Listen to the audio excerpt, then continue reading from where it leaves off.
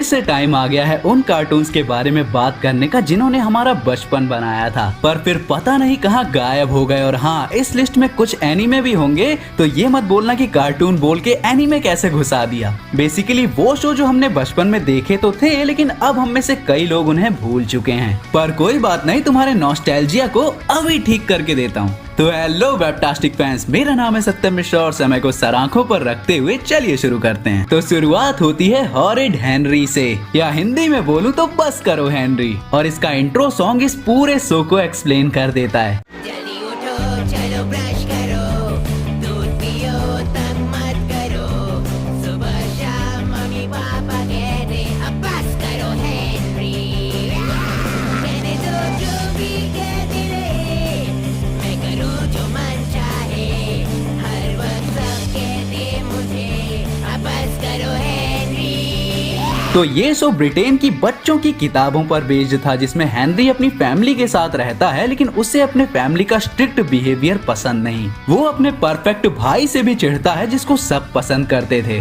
Henry को बस मजे और मस्ती करने में इंटरेस्ट है, तो वो बस लड़ाई झगड़े और शरारतें करता रहता है, जिससे सब उससे तंग आ चुके हैं। और यही पूरा शो है, जो एक सिटकॉम की तरह देखा जा सकता है, या मान लो शिनचैन का इंग्लिश वर्जन। पर जो भी हो, मजा पूरा आता था इसमें। हेनरी, तुम कैमरा ऑन करना तो भूल ही गए थे। नहीं। अब अगला है डिजीमॉन, और इसका सॉन्ग मैं यहाँ पूरा प्ले नहीं कर पाऊंगा कॉपीराइट की वजह से, पर कार्टून्स के सबसे मोटिवेशनल सॉन्ग्स में से एक था ये।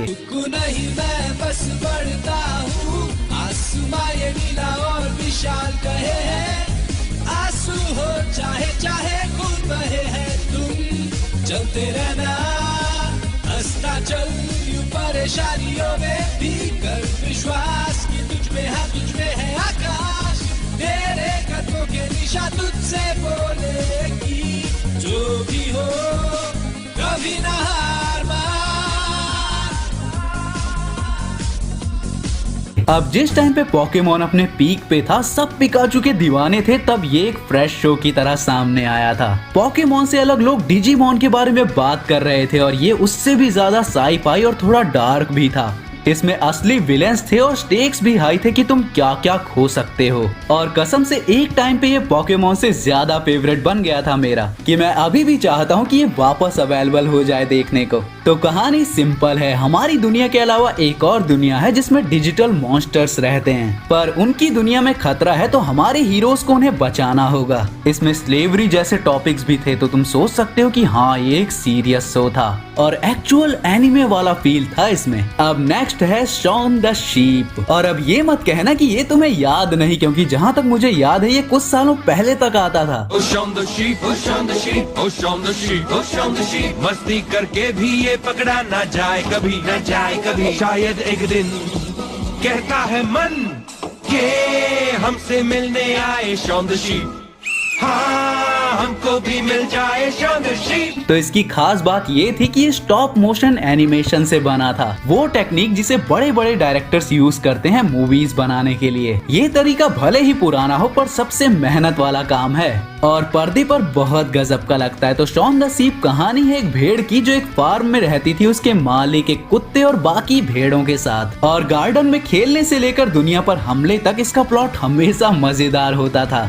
इसे बिल्कुल टॉम एंड जेरी की तरह समझ लो कि अगर थक गए हो तो इसे चालू कर लो और बस मजे से देखते रहो। इसकी 3 मूवीज भी हैं, तुम गूगल करोगे तो मिल जाएंगी, और उन्हें बिल्कुल मिस मत करना। और अब आता है अपना जॉनी ब्रावो, ये है अपने बचपन के सलमान खान, जो अमेरिका हो या मुंबई, कहीं भी इसे लड़की नहीं मिलती थी। हेलो पुलिस, सड़कों पर ट्रैफिक जाम होने वाला है क्योंकि जॉनी आ रहा है, बस खबरदार कर रहा था, रोक सको तो रोक लो।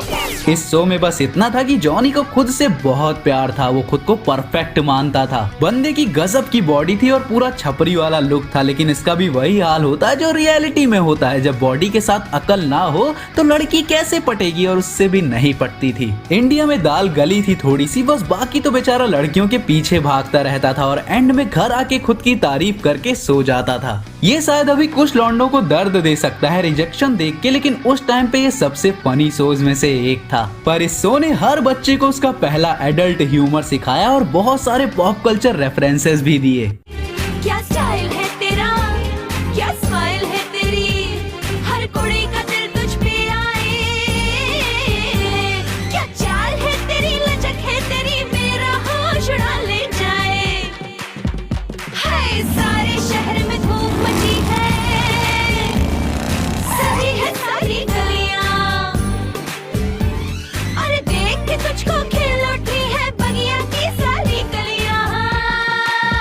और अब आते हैं उस शो पे जिसकी मांग तुम सब बहुत टाइम से कर रहे थे, यानी बहादुर बिल्ले, इंग्लिश में बोलूं तो स्वाट कैट्स, जो उस टाइम के बेस्ट साई-फाई एक्शन शोज में से एक था, जिसमें दो बिल्ले महाबिल्ला शहर में क्राइम से फाइट करते थे और वो स्पाई, फाइटर, पायलट सब कुछ कर सकते थे और उनकी मदद करता था super power fighter jet turbo cat. ये शो एक तरह से उस टाइम पे हमारा सुपर हीरो शो हुआ करता था, जो बस वो बैटमैन वाली फील देता था। ये डार्क था, फन था, मैच्योर था और इसकी कहानियां बहुत अच्छी हुआ करती थी कि तुम इसे अभी भी देख सकते हो। हिट होने के बाद भी ये उस टाइम पे कैंसिल हो गया था, पर इसे रिबूट मिलने की तैयारी मिल रही है, तो देखते हैं कि क्या होता है। तो मेरे वेबटास्टिक्स, ये थे वो 5 शो जिन्होंने हमारे बचपन में हमारा टाइम पास किया फिर कैंसिल हो गए। तो तुम बताओ कि इनमें से तुम्हारा फेवरेट कौन सा था, और अगर इस लिस्ट में तुम्हारा फेवरेट कार्टून नहीं था तो कमेंट जरूर करना। तो मैं मिलता हूँ किसी और वीडियो के साथ, तब तक के लिए बी फैंटास्टिक। तुमको हमारी और कोई मदद की जरूरत है? वो बस 1 मिनट। जॉनी, तुम ठीक तो हो? पिंकी शिंकी, मैं ठीक हो गया।